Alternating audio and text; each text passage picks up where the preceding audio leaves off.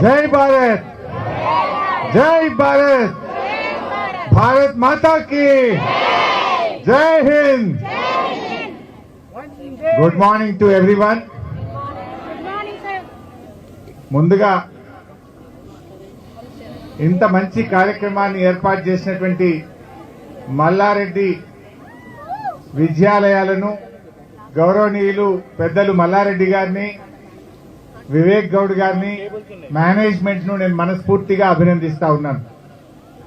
Operation Sindoor కు మద్దతుగా తమ ప్రాణాలు లెక్క చేయకుండా పోరాడుతున్నటువంటి భారతదేశ సైనికులకు సంఘీభావాన్ని తెలియజేస్తూ ఈ కార్యక్రమాన్ని చేపట్టడం నిజంగా అభినందనీయం.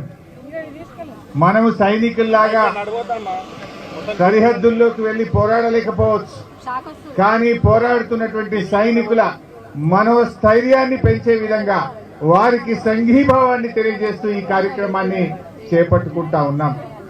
దేశం మొత్తం కూడా ఇలా 140 కోట్ల మంది ప్రజలు భారతదేశ సైనికుల్ని చూసి, మన మిలిటరీని చూసి గర్వపడతా ఉన్నారు.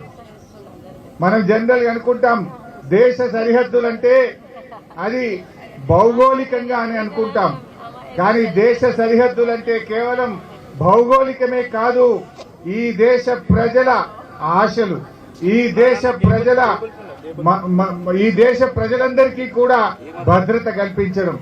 ఎందుకంటే ఈరోజు సైనికులు దేశ సరిహద్దుల్లో పోరాడుతున్నారంటే వాళ్ళు కేవలం భౌగోళికంగా మన భూమిని కాపాడమే కాదు, భారతదేశ వారసత్వాన్ని కాపాడుతున్నారు, భారత సంస్కృతిని కాపాడుతున్నారు, భారతదేశ భవిష్యత్తును నిలబెట్టడం కోసం తమ ప్రాణాలు లెక్క చేయకుండా ఈరోజు సైనికులు పోరాటం చేస్తా ఉన్నారు. ఇలా సైనికులకు మనందరం కూడా సంఘీభావం తెలియజేయాల్సిన బాధ్యత ఈ దేశ ప్రజలందరి మీద కూడా ఉంది.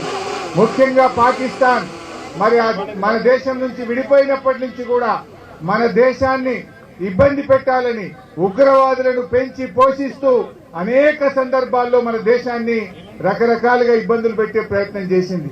మనం చూసాం 26/11 ముంబైలో తాజ్ హోటల్ మీద పాక్ ప్రేరేపిత ఉగ్రవాదులు వచ్చి దాడి చేశారు. ఆ ఉగ్రవాదులను పట్టుకొని ప్రపంచం ముందు ఇది పాకిస్తాన్ పంపిన ఉగ్రవాదులని ప్రపంచం ముందు నిలబెట్టిన ఘనత మన భారతదేశానిది. చివరికి మన భారత పార్లమెంట్ మీద కూడా మరి దాడి చేయడానికి దాని వెనుక ఉన్నది కూడా పాక్ ప్రేరేపిత ఉగ్రవాదులే. ఈ ఉగ్రవాదులు మనందరం కూడా చూసాం. వరల్డ్ ట్రేడ్ సెంటర్ యుఎస్ మీద కూడా దాడి చేసిన బిన్ లాడెన్ కూడా ఆ పాకిస్తాన్ నుంచే మరి అటువంటి కార్యక్రమాలకు పాల్పడ్డాడు. అంటే ఇలా ప్రపంచంలో అస్థిరత సృష్టించడానికైనా, భారతదేశంలో అస్థిరత సృష్టించడానికైనా పాక్ ప్రేరేపిత ఉగ్రవాదులే. ఇక దేనికైనా సహనానికి, ఓపికకు ఒక హద్దు ఉంటుంది. చాలా సంవత్సరాలు చూశాం. మొన్న పహల్గామ్ లో 26 మంది అమాయకుల మీద విచ్చలవిడిగా దాడి చేసి చంపడం ఈ దేశ ప్రజల మనసు కలిసివేసింది. అంతేకాకుండా వాళ్ళు మతం పేరిట ప్రజల్ని అడుగుతూ చంపడం అనేది ఈ దేశ ప్రజల మనసును కలిసివేసింది. అందుకే ఈరోజు భారతదేశం ఆ ఉగ్రవాదులను కుదముట్టించడానికి శాశ్వతంగా ఈ పాకిస్తాన్ నుంచి భారతదేశం మీద జరుగుతున్న దాడిని ఒక పరిష్కారం చూపడం కోసం ఇవాళ ఉగ్రవాదుల మీద భారతదేశం దాడి చేస్తూ వచ్చింది.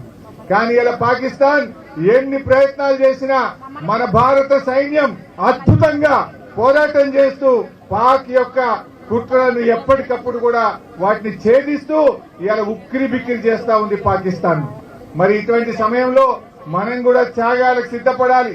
అవసరమైతే రక్తదానాల కోసం ఈ దేశంలో ప్రతి యువతి యువకుడు సిద్ధంగా ఉండాలని చెప్పి కూడా నేను పిలుపునిస్తా ఉన్నాను. ఒకవేళ సైనికుల కోసం ఏదైనా సపోర్ట్ అవసరం ఉంటే యంగ్ డాక్టర్స్ గా మా మల్లారెడ్డి మెడికల్ కాలేజ్ కూడా ముందుండి అన్ని రకాల వైద్యాన్ని అందించడానికి కూడా సంసిద్ధంగా ఉండాలని చెప్పి కూడా నేను పిలుపునిస్తా ఉన్నా. మరి మనందరం, నేను గాని మల్లారెడ్డి గాని మా వివేక్ గౌడ్ గారు మొట్టమొదటి రక్తదానంలో ఉండి ముందుండి అవసరమైన రక్తాన్ని కూడా ఈ సైనికుల కోసం ఇవ్వడానికి మేము సిద్ధంగా ఉన్నాం. మీరు సిద్ధంగా ఉన్నారా అని అడుగుతా ఉన్నా. Are you ready? All of you. ఎందుకంటే మనం అక్కడ పోయి పోరాటం